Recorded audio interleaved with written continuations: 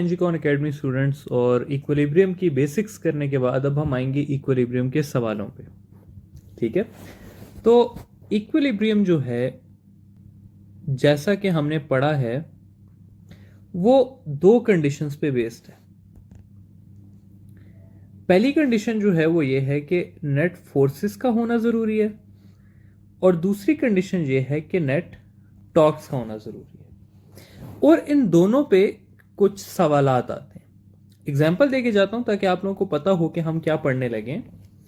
अगर फोर्सेस की बात करूं तो मैं कह सकता हूं कि यार एक पिक्चर है आपके पास जो ऐसे करके हैंग हुई हुई है। ये एक पिक्चर है जो हैंग हुई हुई है किसी भी सपोर्ट से। तो आपसे पूछा जा सकता है कि भाई इन वायर्स में टेंशन कितनी है। इसी तरह टॉर्क का ये है कि एक रॉड है, वो आपने बैलेंस की भी है। अब रॉड इस तरफ भी जा सकती है, यानी कि क्लॉकवाइज डायरेक्शन में भी जा सकती है, और इस तरफ भी जा सकती है, यानी कि एंटी क्लॉकवाइज डायरेक्शन में भी जा सकती है।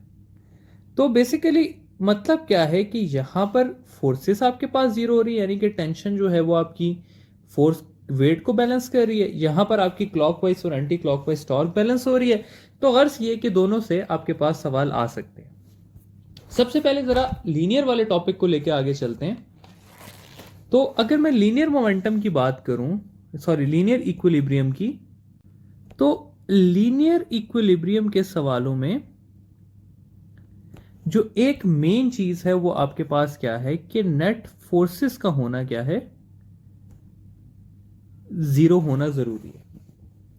अब यहां से सबसे पहले आपसे दो सवाल करता हूं मैं। सवाल आप लोगों से ये करता हूं कि minimum number of forces to keep a body in equilibrium. ये आप लोगों का सवाल है कि भाई कितनी फोर्सेस मिनिमम रिक्वायर्ड है एक बॉडी को इक्विलिब्रियम में रखने के लिए। तो इसका आंसर है स्टूडेंट्स टू फोर्सेस। लेकिन उसके लिए शर्त क्या है कि वो दोनों फोर्सेस इक्वल हों और वो दोनों फोर्सेस ऑपोजिट हों।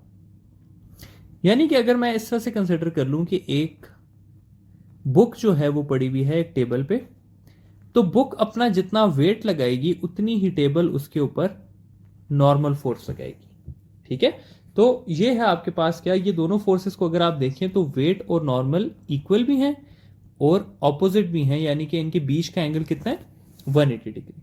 तो अगर दो फोर्सेस इक्वल हों और ऑपोजिट हों तो वो इक्विलिब्रियम में एक बॉडी को रख सकते हैं। लीनियर इक्विलिब्रियम की बात हो रही है। अगला सवाल क्या है कि minimum number of unequal forces required to keep a body in equilibrium. Unequal कितनी फोर्सेस चाहिए होंगी आपको एक बॉडी को इक्विलिब्रियम में रखने के लिए? तो इसका आंसर है आपके पास 3 फोर्सेस आपको चाहिए होंगी। किसी भी बॉडी को इक्विलिब्रियम में रखने के लिए 3 अनइक्वल फोर्सेस की रिक्वायरमेंट होगी। फॉर एग्जांपल मैं कहता हूं एक फोर्स इधर आ रही है, दूसरी फोर्स जो कि इससे बड़ी है वो इधर आ रही है। तो इन सबको बैलेंस करने के लिए मुझे एक तीसरी फोर्स इस तरफ लगानी पड़ेगी। ठीक है, तो ये आपके पास दो जनरल एमसीक्यूज हैं कि बॉडी को लीनियर इक्विलिब्रियम में रखने के लिए 2 इक्वल फोर्सेस चाहिए होंगी या 3 अनइक्वल फोर्सेस चाहिए होंगी। ठीक है स्टूडेंट्स, इससे आगे चलते हैं थोड़ा सा और देखते हैं कि भाई हमारे पास न्यूमेरिकल कैसे आ सकते हैं, सवालात कैसे आ सकते हैं इससे। तो इस तरह है स्टूडेंट्स के, कंसिडर करते हैं एक पिक्चर को। हम कहते हैं जी कि इस तरह से 2 वायर्स के थ्रू एक चीज हैंग हुई हुई है। अब जरूरी नहीं है कि ये चीज एक पिक्चर हो सकता है ये एक बॉल बनाई हुई हो सकता है ये कोई ट्रायंगल बनाए, वो कोई भी शेप होती है, शेप मैटर नहीं करती। अब इन दोनों वायर्स के अंदर होगी टेंशन। मैं कह देता हूं ये T1 है और ये T2 है। दोनों ने 90 डिग्री एंगल बनाया हुआ है विद द ऑब्जेक्ट, और इसका वेट जो है वो एक्ट कर रहा है डाउनवर्ड। तो अब इस तरह के सिनेरियो में जिसमें आपके पास इस तरह का हो कि देखें दो फोर्सेस आपके पास ऊपर जा रही हैं और एक फोर्स आपके पास नीचे आ रही है, और क्योंकि ये बॉडी रेस्ट में है तो ये बॉडी जो है ये स्टैटिक इक्विलिब्रियम में, और अगर ये स्टैटिक इक्विलिब्रियम में है तो इसका मतलब है कि इसके ऊपर सम ऑफ ऑल द फोर्सेस जो है वो जीरो है। अब हम देखते हैं कि सम ऑफ ऑल द फोर्सेस है कितना। तो यहां से अगर मैं निकालना चाहूं तो मैं देख सकता हूं कि T1 plus T2 plus minus W, क्योंकि W ऑपोजिट डायरेक्शन में है, ये जीरो के इक्वल होगा। या मैं इसको इस तरह लिख सकता हूं T1 plus T2 minus W is equal to zero, या मैं लिख सकता हूं W is equal to T1 plus T2। अब इससे जो है स्टूडेंट्स आप कोई भी चीज निकाल सकते हैं। ठीक है, सवाल कर लेते हैं इसी से। सवाल कुछ इस तरह से है, सेम डायग्राम है।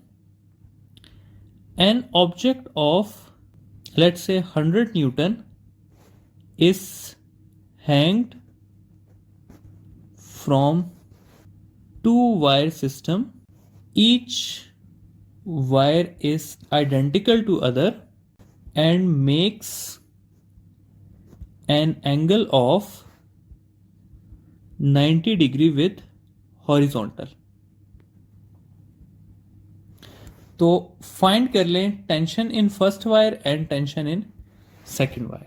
सेम सिनेरियो है, अगर इसकी डायग्राम बनाना चाहें तो सेम यही वाला सिनेरियो है, सिर्फ एडिशन कितनी हुई है कि वेट आपको दिया हुआ है 100 न्यूटन और वायर्स का कहा हुआ है कि आइडेंटिकल हैं।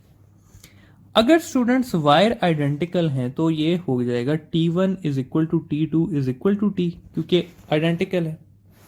अब हमें यह पता है कि ऐसे सिस्टम्स के लिए वेट इक्वल होता है T1 प्लस T2, या मैं लिख सकता हूं कि weight is equal to T1 plus T1, तो ये हो जाएगा 100 इज इक्वल टू 2T1, या T1 हो जाएगा 50 न्यूटन, और क्योंकि T1 और T2 इक्वल है तो T2 भी हो जाएगा 50 न्यूटन। तो इस तरह से हम इस तरह के लीनियर सवालों को सॉल्व कर सकते हैं। ठीक है, ये था एक आसान सवाल कि भाई जब आपके पास वर्टिकल सिर्फ फोर्सेस थी, में देखिए सिर्फ आपके पास वर्टिकल सिस्टम दिया हुआ है, इसमें हॉरिजॉन्टल का कोई जिक्र नहीं हुआ हुआ। अब आते हैं थोड़े से मुश्किल सवाल की तरफ। सवाल कुछ इस तरह से है कि एक पिक्चर है जो आपके पास होल्ड हुई है इस तरह से। ये वाली जो ऊपर वाली वायर है ये आपके पास बना रही है 30 डिग्री विद द हॉरिजॉन्टल, और ये जो है ये बना रही है 60 डिग्री विद द हॉरिजॉन्टल। ये आपके पास T2 है, ये आपके पास यहां पे T1 है, और ये जो है ये क्या है, इसका वेट है। ठीक है स्टूडेंट्स, तो अब इसको इन सारे सवालों को कैसे सॉल्व करना है। देखिए स्टूडेंट्स, इसको भी ना सबसे पहले हमने रिजॉल्व करना है।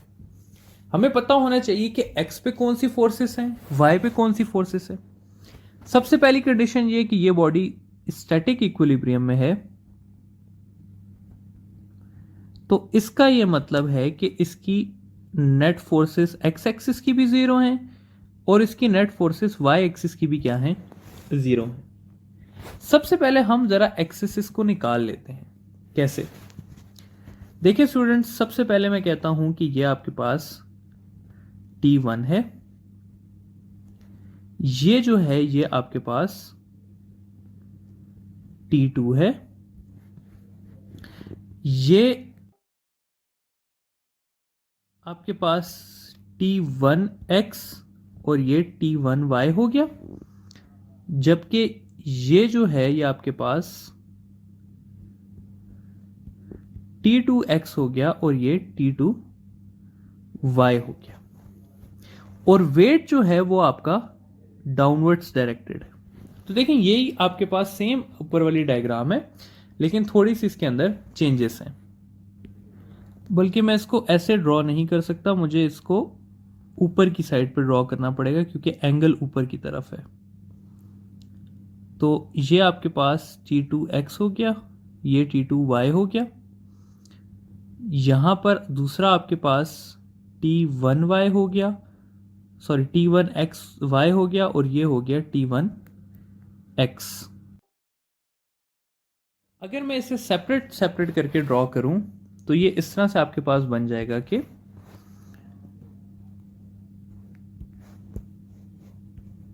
T1 जो है वो ये है, ये जो है ये आपके पास T1x है, और ये जो है ये आपके पास T1y है। T2 की बात करें अगर, तो ये जो है ये T2 है, ये आपके पास T2x है, और ये आपके पास T2y है। और वेट की अगर बात करें तो वेट जो है वो इसका डाउनवर्ड डायरेक्टेड है। अब सबसे पहली चीज है Fx जो है वो क्या होगा, 0 होगा। तो Fx हमारे पास क्या दिया हुआ है ये देखने की जरूरत है। Fx है हमारे पास एक T1x है और दूसरा T2x है जो कि उसके ऑपोजिट डायरेक्शन में है। तो इसको मैं ऐसे से लिख सकता हूं कि T1x minus T2x is equal to 0, या मैं इसको ऐसे लिख सकता हूं T1x is equal to T2x, या इसको ऐसे भी लिख सकता हूं T1 cos theta is equal to T2 cos of theta. तो ये है पहली चीज आपके पास, और ये है x कंपोनेंट की। ठीक है, अब अगर हम y कंपोनेंट की बात करें कि fy भी जो है वो सम ऑफ fy हमारे पास 0 है, तो fy में देखें क्या क्या है। fy में यहां पर हमारे पास एक T1y है, एक T2y है, और तीसरा w है।